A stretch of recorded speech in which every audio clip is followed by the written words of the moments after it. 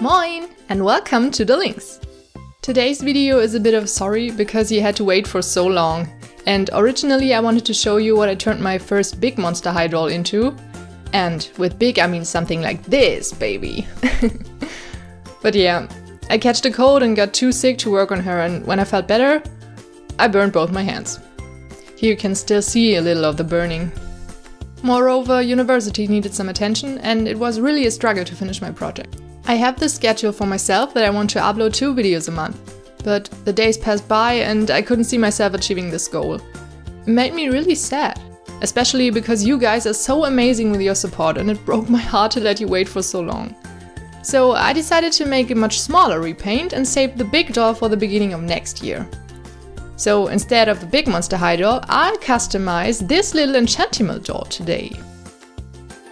In case you're interested, these little ones replaced the monster high dolls in the shops, what is sad. I mean, as a toy they're cute, I think, but they are not a replacement for the movable monster high dolls, in my opinion. These Enchantimals have nearly no joints and the shirt is printed on. I'm not impressed. But let's see what we can do out of her. After the Halloween doll we need something cute and innocent, I think. So, let's start by removing her clothes and ears. I can tell you that was a struggle. I guess I'm just not confident enough to use more strength. I'm always afraid to break something.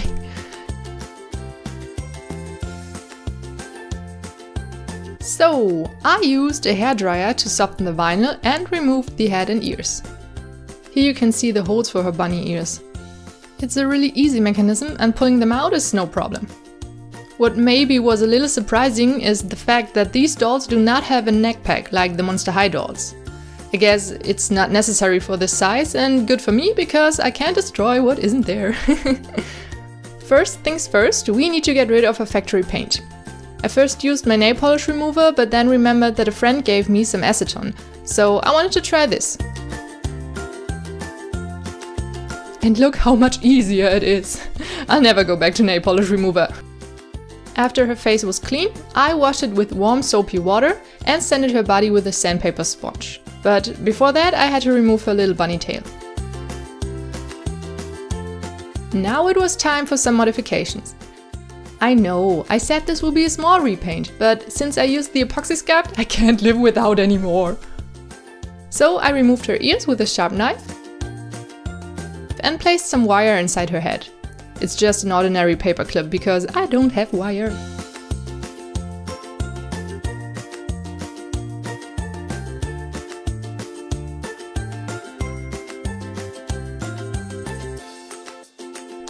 After cutting it a little bit, it was time for my new best friend, the Apoxie sculpt.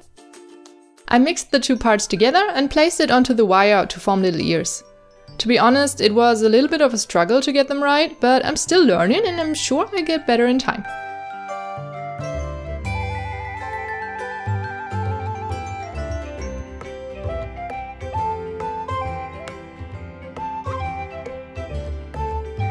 After that, it was time for the feet. I cut her original ones and placed some of the epoxy around it to form little hooves. You may already see that her design is a little sheep inspired.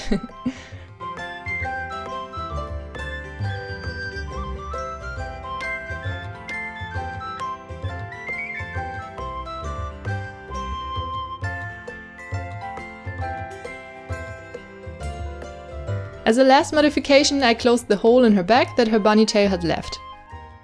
And then I set her aside to dry.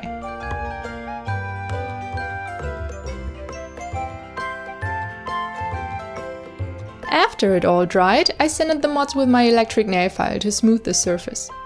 Then I sprayed the doll with MSC, Mr. Super Clear, that has to dry for half an hour. In the meantime, I was able to do some flocking. Therefore, I just took some acrylic yarn and cut it into tiny pieces, so that I can use it as fur later. Now it was time for the paint! First, a few layers of watered down acrylics. I used some brown for the hooves, painted her shirt in a solid light blue, and her ears in pink and white. As you might know, a watered down white is not as opaque and takes a few more layers, but for my needs it was not necessary to be a solid color. And then I could finally start the face up. I first sketched the whole face with a light brown color.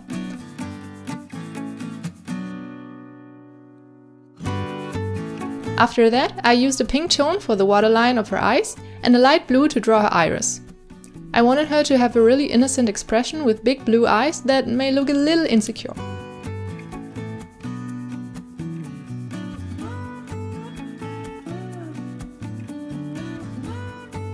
I also gave her a cute little animal nose. After that, I used my soft pastels to darken the region around the eyes a bit for a three-dimensional look.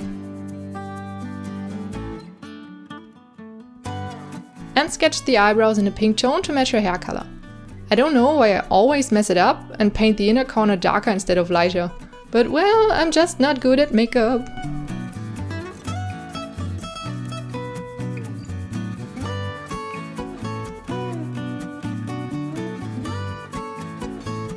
After that, I just darkened everything step by step and gave her some freckles that you can't really see in the video.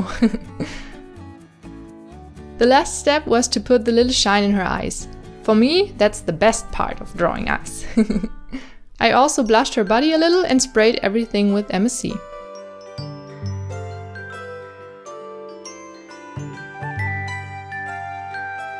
And now it was time for her to get some fur. I used PVA glue to prepare her legs and smashed all the fur onto her. The same goes for her ears.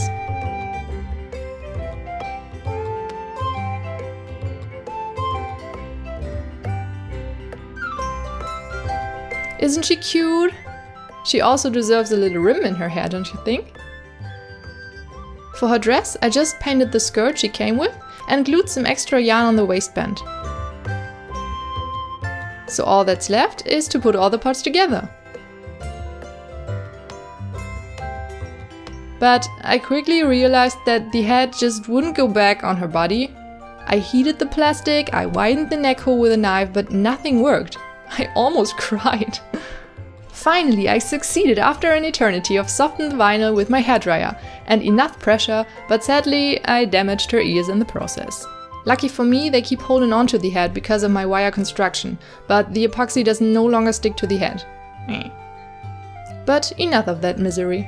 She's finally done and I really like her. Her name will be Philine, that means the kind or the lovable, and I think that fits pretty good. Even though I do prefer the Monster High dolls, it was a lot of fun to try this miniature size one. What do you think? And of course, besides a name, she needs a little story. Once upon a time, there was a land in which all people lived side by side in harmony. But one day, one nation claimed more structure and appointed themselves as the ruler of the lands. A war began, and many people ended up in slavery, separated from their families.